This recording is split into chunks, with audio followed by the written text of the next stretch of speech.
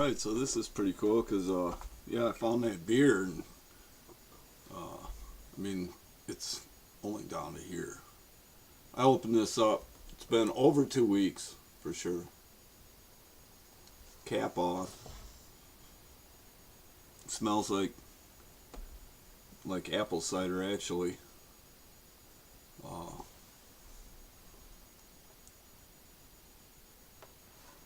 Catch that? Pretty good stuff. See,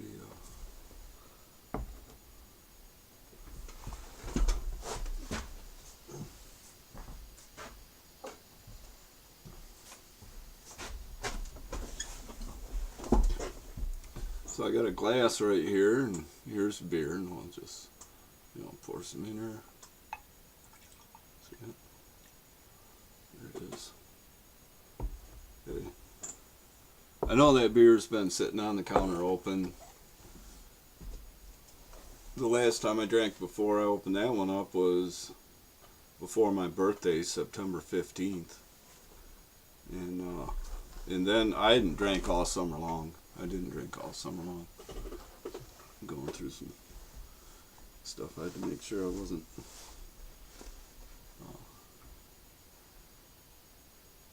aware of myself.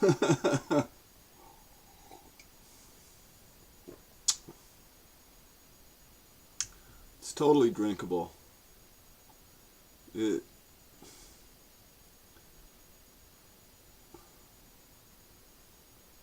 some good stuff, man. And I got one on the stove that I'm heating up. I'll go and get that. Totally. Tastes a lot better than soda pops and all that other. There's no bad taste. It tastes kind of herby on my tongue. Very nice. And I'll tell you what, any serious alcoholic would be very happy, and they would agree that that was good. And that's something about beer. You're not being truthful about beer. And Thomas Jefferson, pretty sure it was him. I know I heard this, that he had said, brew lots of beer for a healthy nation.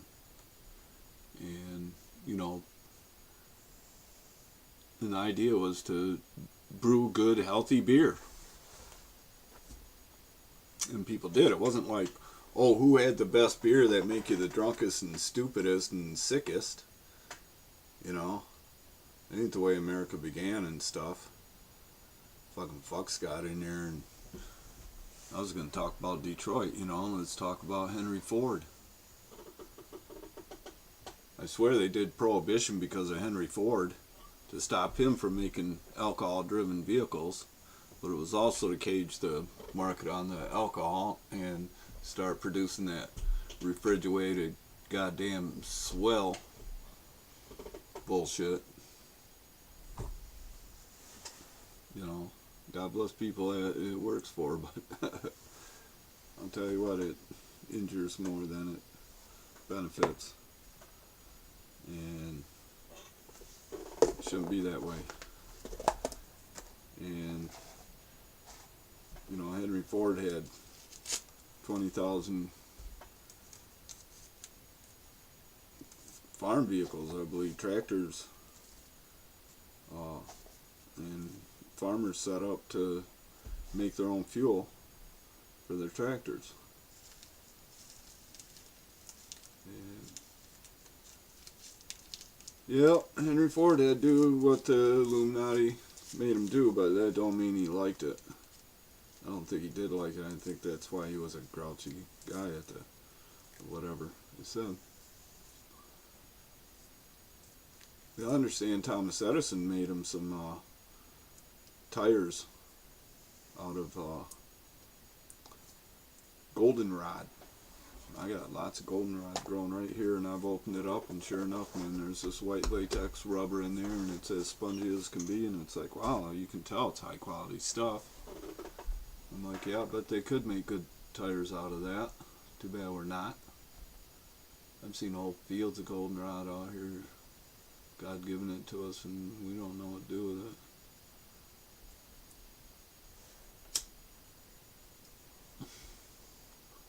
But I think that we'll get our chance, and we will, because well, there ain't gonna be nothing else to do because bad guy's going down anyways.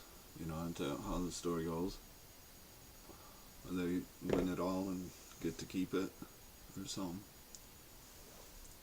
You know, it's like we got opportunities coming, and they're here. They're already here. People are already stepping in, and I'm pretty excited. But yeah, Detroit, man. First time I ever heard rap was in Detroit, and yeah, that was pretty odd because it was before 1990. And it was in the basement of a church, and there was a big circle in the church in the basement, and we were smoking weed. There was all these joints going around. There was dozens of people to begin with, and all these joints were going around, and then people start falling out, right? Till it got to the point that each one of us that was left standing, each were holding 2 joints. And we had a great time.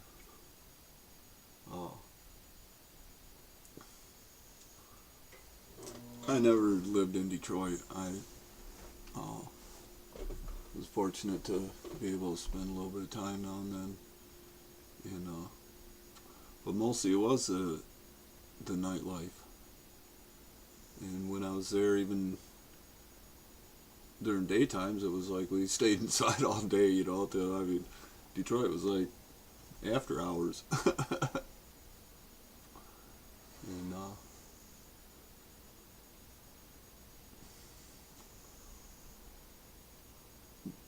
but it was real beautiful time for me. I was missing my children really hard at that time. I got myself out there looking, thanks to some very good friends that end up caring about me and letting me hang out with them for a while. And I'd like to hung out more, but my life was up north, and I wasn't used to the city, and I'd actually only spent a short period, maybe a week or something, as far as staying in the city at one time. Other than that, we just go in there and be eating breakfast in the morning and stuff too, and before we go home. And I got to well, man, got to go into Jimmy's Blind Pig, and they had Gil Clark's song on their jukebox in there. Get the family back together again. And I was hanging out some with Gil Clark, and he was making music, and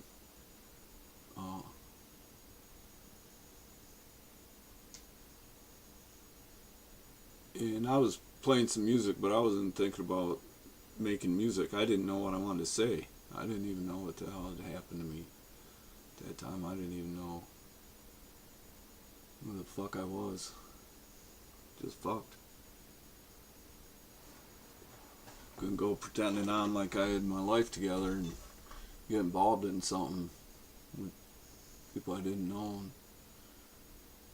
And they were beautiful people, and I would have loved to, but you do what you gotta do. And my children were definitely in my heart. And I'd even dedicate this video to my son Dan, who I carried a picture around where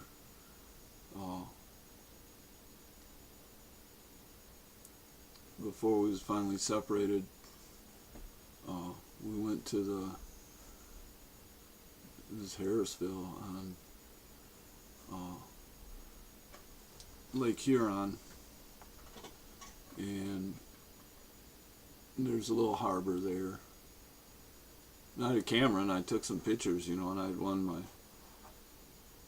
former wife and my 4 children were all standing on the dock watching this orange boat pulling out. Felt like I was the one that was in it.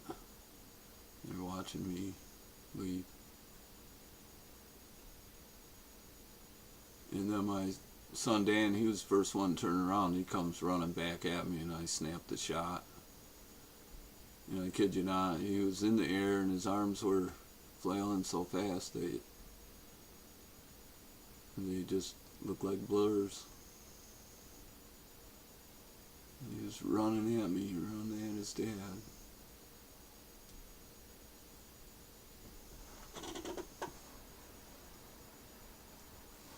And it was all true. And but I hadn't dealt with that yet, you know. It was a hidden reality of mine that I hadn't figured out in my head. You know, I felt the heartache and stuff, and I knew that it wasn't right. The whole thing wasn't right. But I didn't know what even happened. And so I got to spend some time in Detroit, and that was really good for me. And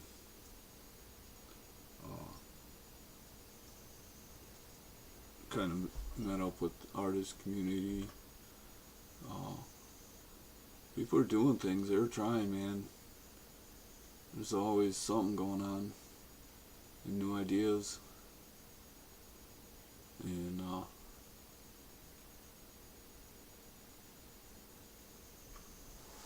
shoot, back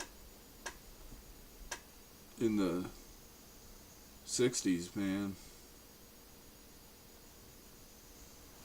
Detroit really made automobiles and stuff for a while.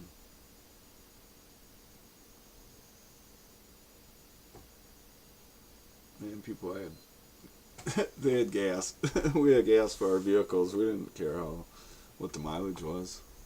Didn't really think about it till later on in the 70s. But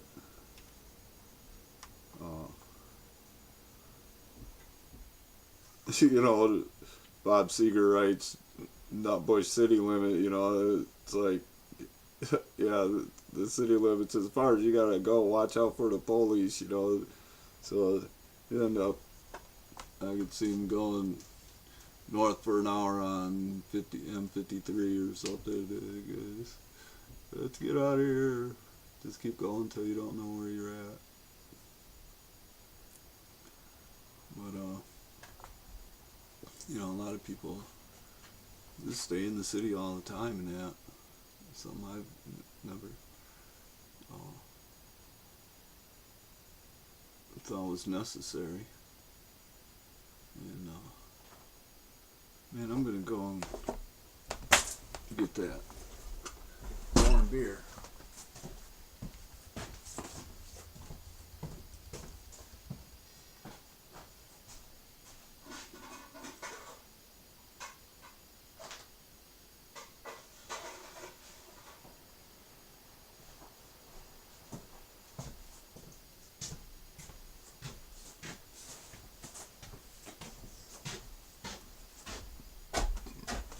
Yeah, man, this baby is hot. It's hot. I just pulled it out, and I don't know if you can see it steaming or not. I can.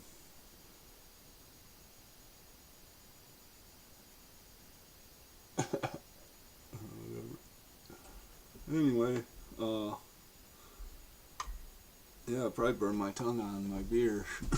I've done that. Oh, so we're in Detroit, and oh yeah, let's talk about the '60s and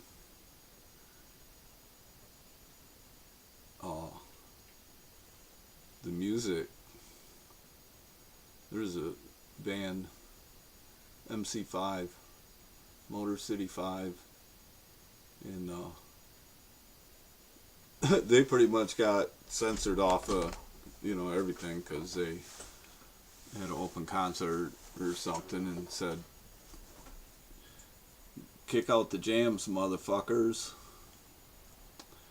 It was like too much. I mean, the people couldn't even handle that.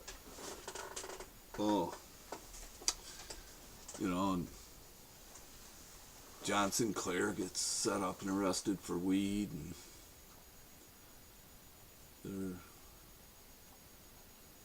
for a minute there, it seemed like the weed was going to be legal and everything, and yeah, Tin Soldiers and Nixon. Woo! I need some hot beer. Look at that, man. It's like,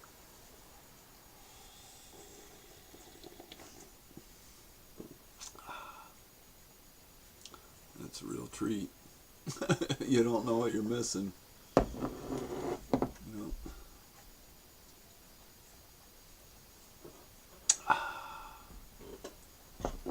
Shoot, I was already talking about Henry Ford and that they outlawed the alcohol in order to stop him from producing alcohol-fueled vehicles, and we have our independence and all that stuff. Not only that, the hemp also. Back in them days, 100 years ago, Federal Reserve, but that wasn't all they were doing. They've been eradicating the hemp for a long time. And they pretty much had it eradicated to where the passenger pigeon went extinct, and it wouldn't breed without hemp seed, and they wouldn't let it at the Kentucky crops that were the only ones still growing. So that's what they did for a while, and they didn't have the bullets to kill all them passenger pigeons.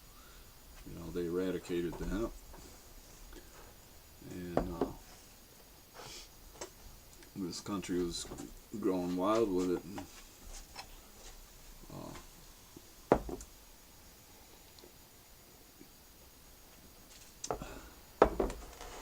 Canada is even, it's the cannabis land of the cannabis.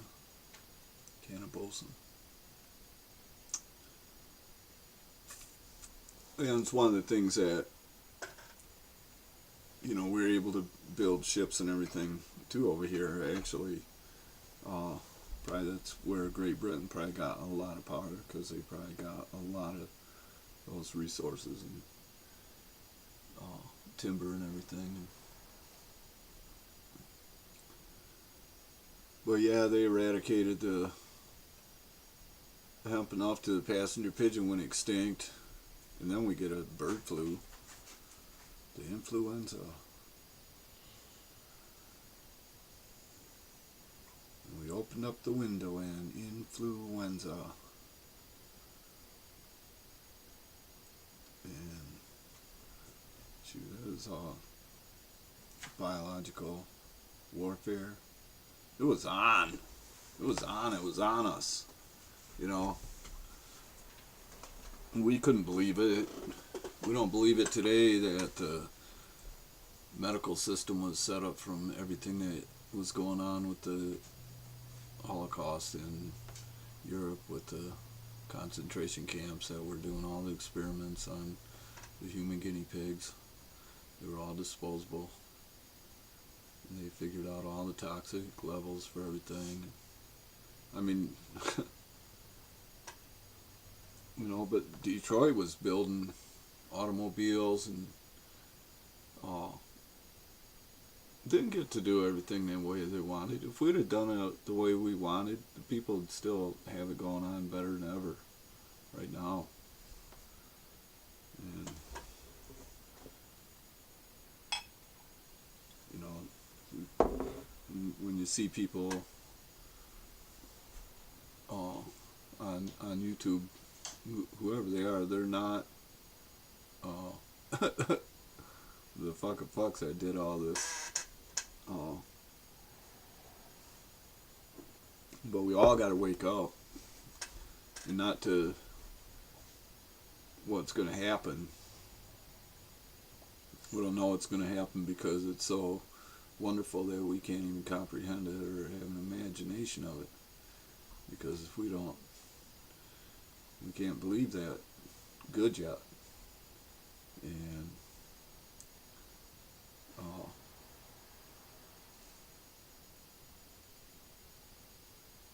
they wore us down, man. You know, we got wore down.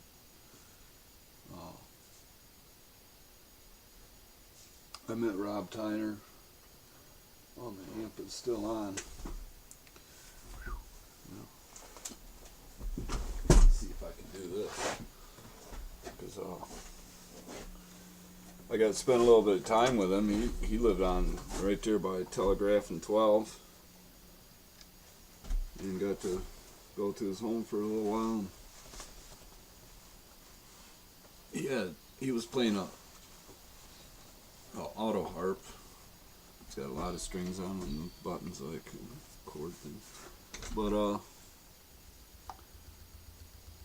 he played a song for me.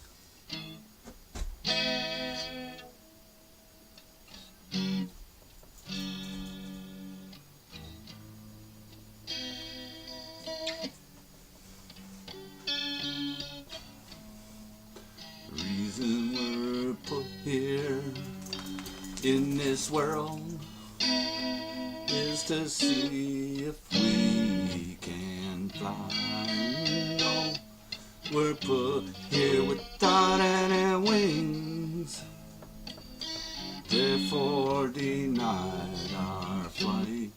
This is a thing I know for sure.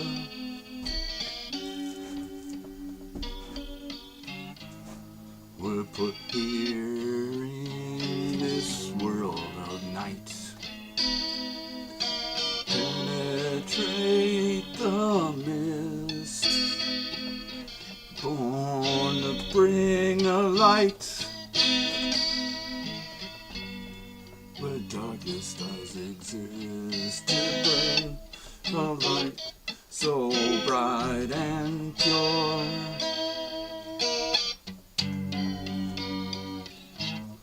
The challenges we face in this place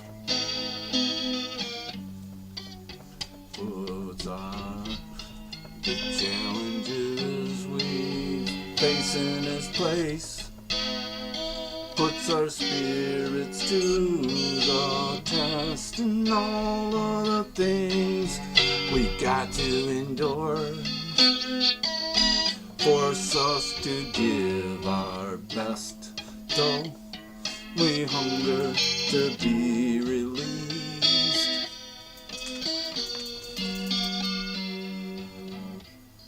The spirit is stronger than the flesh, and the power of the will prevails, and when we feel we can stand no more, and our strength begins to fail, we can survive on sheer belief.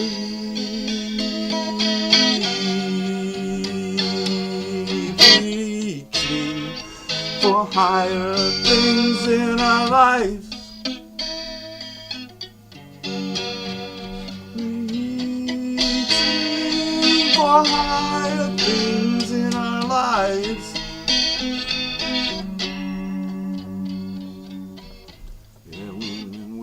Born are blind. Then as we learn to see, we see things only as they appear. Never see the way the world could be. We are denied the beautiful side.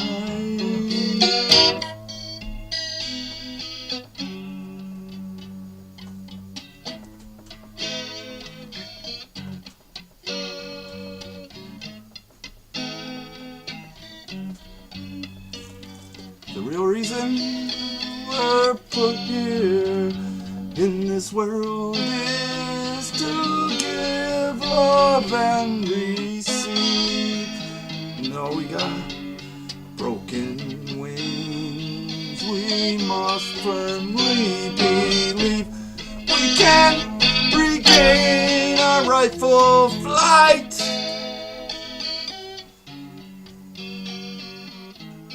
Reaching for higher things. Reaching for higher things. Reaching for higher things in our lives.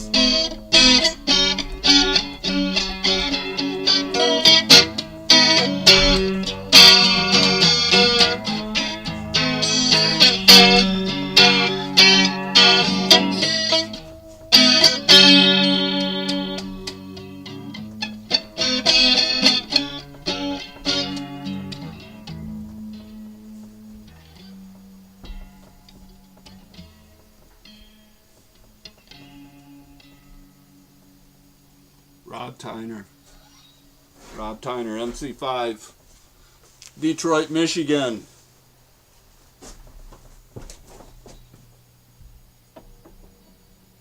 Kick out the jams, motherfucker, wherever you are. I know we will. Come on back. Matter of fact, if you get a chance. Huh? That'd be nice. I think I need a drink. What do you think?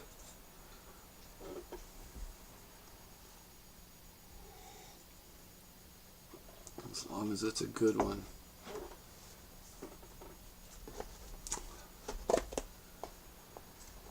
I'll tell you, I got to hear him play that song for me. He'd just written it. He said, man, he said, I finally wrote that song, that one I wanted to write. He's like, if you're a songwriter, you're going to want to write a song that you say, yeah, that is the one that I want to write. And that was Higher Things by Rob Tyner. And, I played it best I could remember. I'm sure I didn't play it like he did, but I did make sure to keep hanging on the words of that song, because it rang so well for me at the time. That's what Detroit gave me. One of the things was that song, right from the Rob Tyner's mouth. It's love, and you see love and people showing it, and they got families, and our lives are real. And we're out there trying, and there's a whole lot of lack of understanding going on, and we didn't know how bad it was. We were still paying, shoot.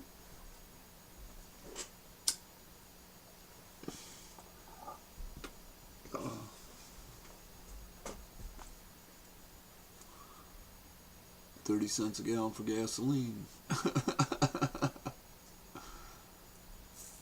They started putting us in jail for weed. And I'll tell you, at first it wasn't even taken very serious, kind of, until it happened to somebody, and then it was like, what? And at first it was like, everybody was smoking it for a while.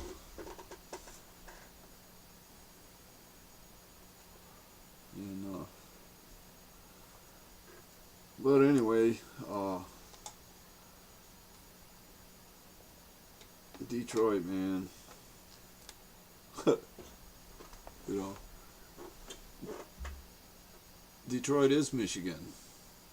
Well, it's Maine, Michigan. Well, Maine, Michigan. I just say that because if you look at the whole thumb area and you include Detroit and you look at it and it's like shaped a lot like the state of Maine, so you know it's Maine, Michigan, and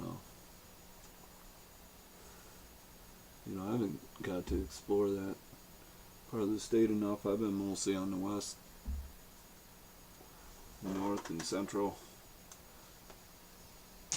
the Upper Peninsula.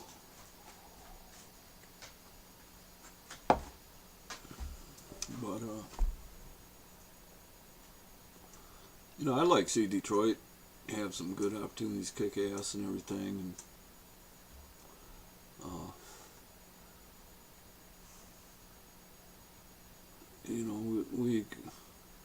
we got to demand it. We got to use our ingenuity. We got to come up with ideas. I trashed my toilet the other day because I'm like, whoever comes up with the toilet of the future will be doing pretty good. But I, for one, I'm sick of flushing. And,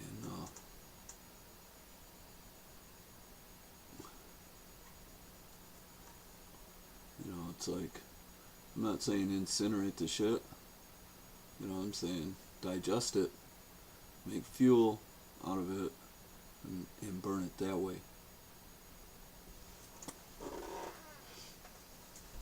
And it's real simple. And my son, when I told him, we can make natural gas out of stuff, he's using cattail and different stuff, picking stuff, and doing it, and seeing different results, stuff bubbling up or whatnot, but we didn't have what we needed to facilitate, doing it. But it's really exciting. It's easy to get excited about those things when you believe in them. And I encourage people to believe in some stuff and demand it. And people that got good credit businesses, go there, bankers, see what you can get. Start a new business, or whatever. But the state of Michigan and everything, man, they better start laying off that. When they're not helping, they're hindering. Fuck that bullshit, man.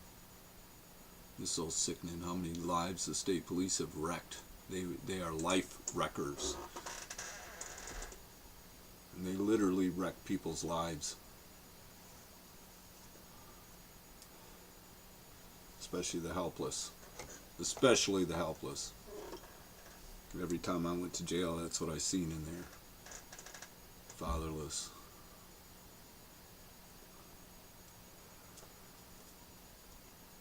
People didn't have anybody on outside. They keep holding on to people. I met a guy, he's in there. He yelled at somebody, huh? He scared them. They feared for their life because he yelled at them.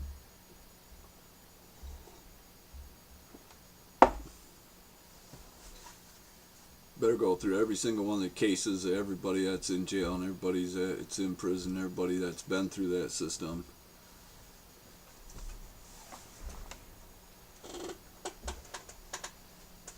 And earn a living doing the right thing.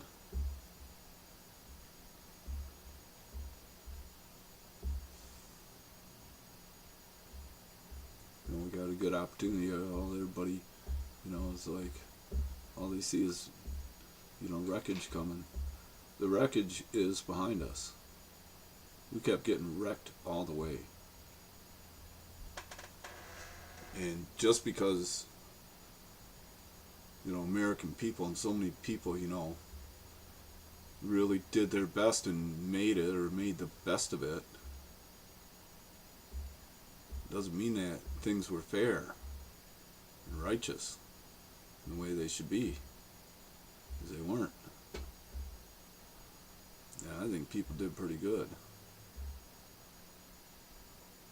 And, I think Detroit's been, they keep trying to wreck Detroit, man.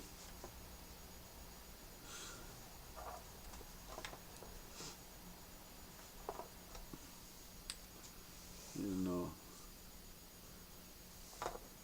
but no, I pray for Detroit. I'm grateful for Detroit. And, I thank Detroit for their sons that Detroit has produced, like Rob Tyner and so many others. People that went all over the country, probably a lot of people from all over, from Detroit, huh?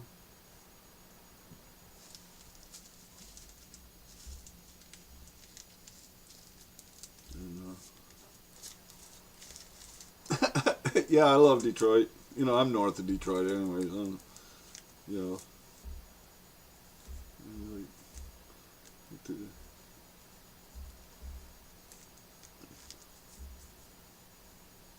meet some old friends. I can't remember everybody I met when I was there, of course, because there's new people and different people all the time. And went into Jimmy's with Gil Clark, and we were the only two white people in the whole place. And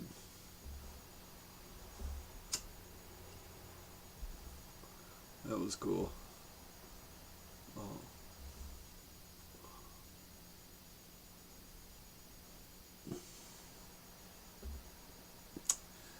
Yeah, I was saying we were smoking weed in that church, we were in a circle. I didn't finish the story because I said I heard my first rap song in Detroit. And I hadn't heard rap on the radio, or I wasn't listening anyways, but I was living in the woods in those days. And got to, it was like around Christmas time and stuff. Got to go down there and they had it in this church, old church.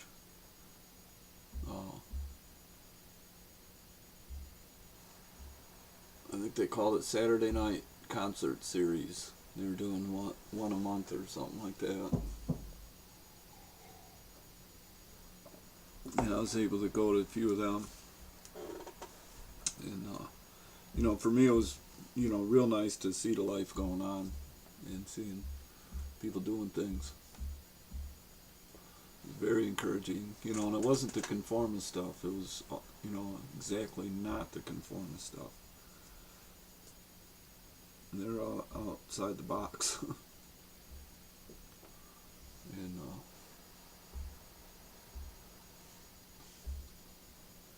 a lot of people are, and you can't just tell by somebody's life necessarily either, whether they're outside the box or not, but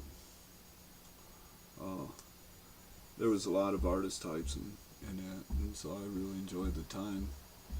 Felt at home with people. I will have to say that. I could have hung around. But,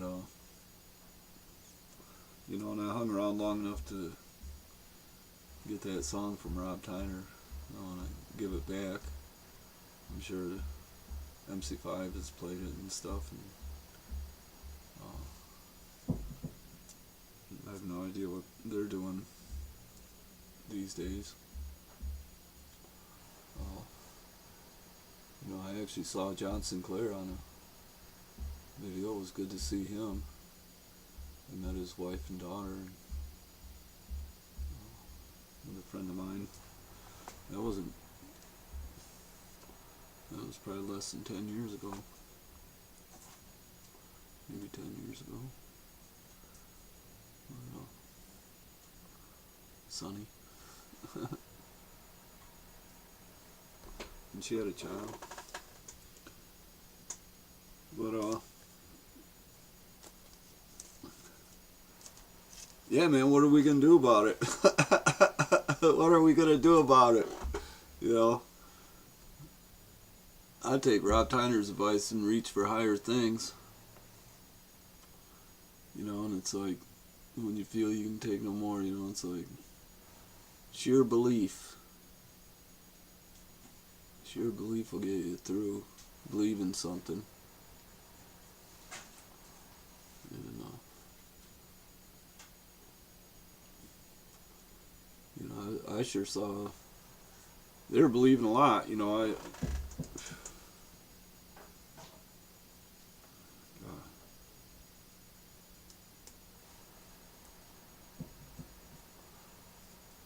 but you know, the setup was stacked against us, real heavy,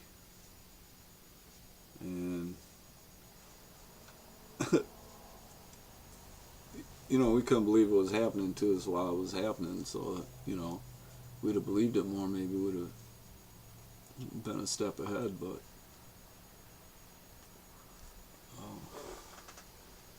you know, I know I was a step behind. I always had to figure out what happened after the fact.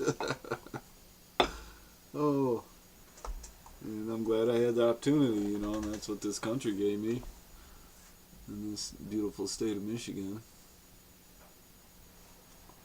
And yeah, I'm familiar with most of the roads, but not Maine, Michigan.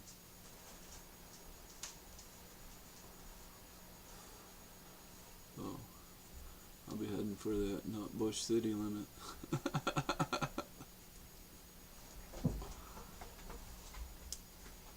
Oh, everything was possible back then. I think it's our right to feel that way. And we've been robbed, you know, and I think we can gain it back. You know, we've been denied that beautiful sight, the way that things could be. And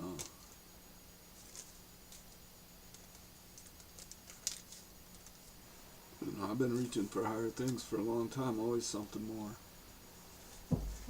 And I had no idea there was even that much to reach for, believe me, I gotta say. And you know, I'm glad I was able to be true to myself. You know, like I say, I could have stayed in Detroit, but I knew that I was still too confused about my own life, and I never ran away. I wasn't running from my life. I was trying to embrace it. I loved my life, and I wanted it. And I didn't just want things in the world, you know. I felt the opportunities at that time. I felt there's good opportunities, and you know,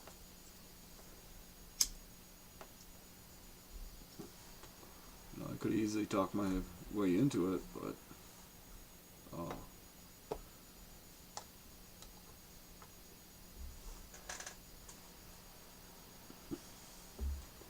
I was still looking for that picture of my son to come alive.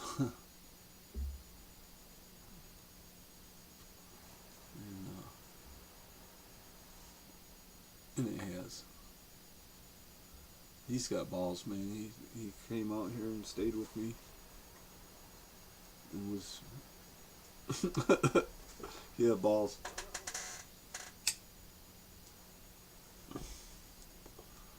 You know, I was like, man, he does it like he took he had a half-ton four-wheel drive pickup truck, and the frame had broke right all the way through, right behind the cab. And you know, I seen him take a couple of boards, put one on each side, and run screws through the wood, through the frame into the wood, and drive away. And I was like, yeah, he's a hillbilly. Must be in the blood. Because I didn't teach him that. You know, he's got balls. That's what I said as he drove away that day. I was careful not to discourage him. Like, say, are you sure it could be safe? You know, it was tempting even for me. And I just wished him well. You know, I felt like I was being a bad parent even, you know, like, even though I do something like that myself, you know, and I knew that. And so he's driving away. I'm like, Dan, you got balls. He's pulling out of the driveway. But that was cool. He made it. You know, we do what we got to do. And a lot of it's just been just the best we can, you know, but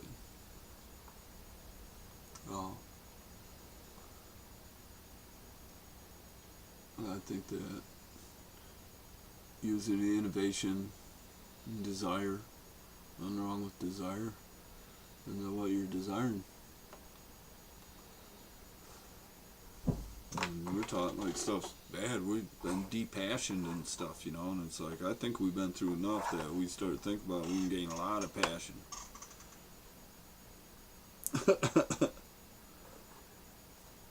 You know, I made a comment in the chat. Somebody had mentioned rapture, and I said, I know how to rapture. And they're like, what? I'm like I might be a first-time chatter on a chat like this, but I've chattered before. I'm like, what? I'm like, yeah, I chattered like a fireman that just escaped a fire and he didn't know how he did it. And you know, it's kind of what we're into, you know, really. That's what's happened. And we got opportunity. And the sooner we hope for good things to be able to do rather than the world all against us and everything. That's the way it had been. And we lived through it. And we didn't even know it. So how's, you know, if we made it through not knowing, how's all of a sudden knowing gonna make it, you know, that's when we get tripped up by the hobgoblins. And,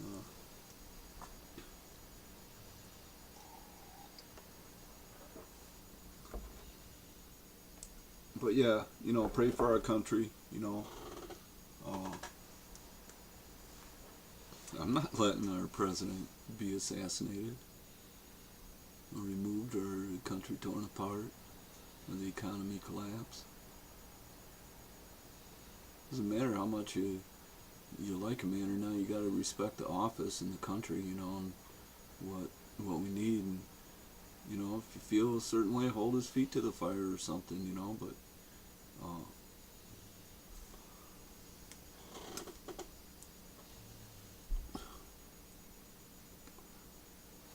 you know, we got to make it work, and that's what counts. And the way it's been, you know, our politicians couldn't do a good thing when they wanted. It's been real hard for them to do things, and they're being distracted and they're being misinformed.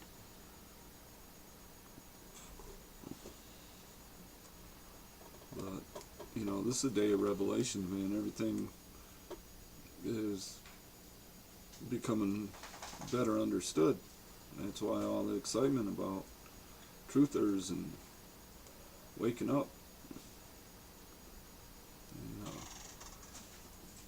you know, believe me, there's a lot of people that aren't getting involved in any of that, and they're waking up to what they need to wake up to, what's going on in their lives, and they're doing things. And you gotta believe in your fellow human beings, you know. It's like, not like this is a YouTuber's world, because it ain't. We're not the saviors. You know. I'll tell you, the real heroes are out there doing it. and exposing things and catching the bad guys and stuff. That's where we are. And,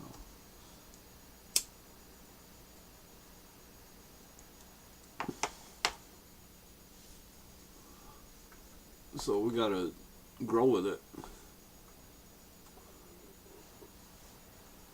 Even if you resist the changes, they're still going to come. All the goodness and everything that is prepared for us. You know, right now this country is our table that we're partaking of. And we have the opportunity to partake of this table before us. And work together. And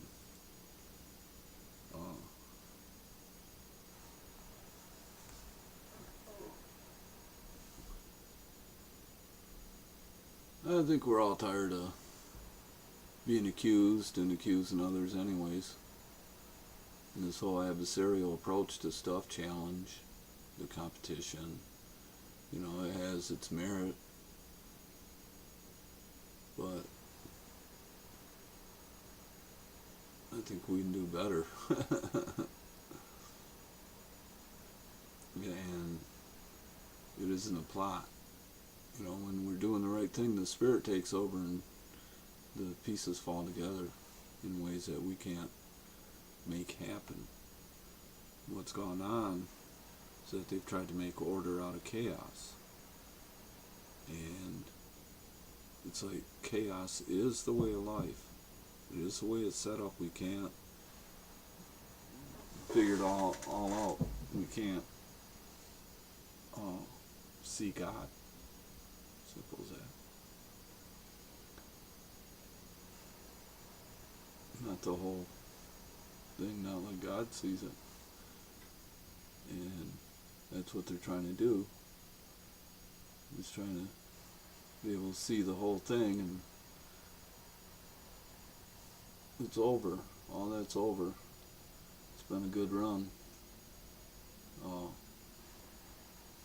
But we're going to go on with our Declaration of Independence. I don't think we even have to make that over again. And, you know, we should secure our rights. That's what we use the Constitution for. If it ain't working, well, we make it work, you know, by doing according to the spirit of the matter, you know, life, liberty, and the pursuit of happiness, the equality of humankind.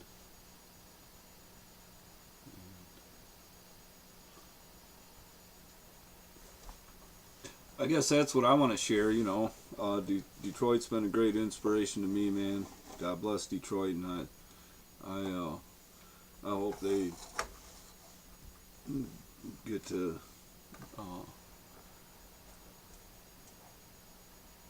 experience that creativity once again, and the innovations, and you know, we can do a lot more than just make our own fuel. So, make love, not war. Make fuel too.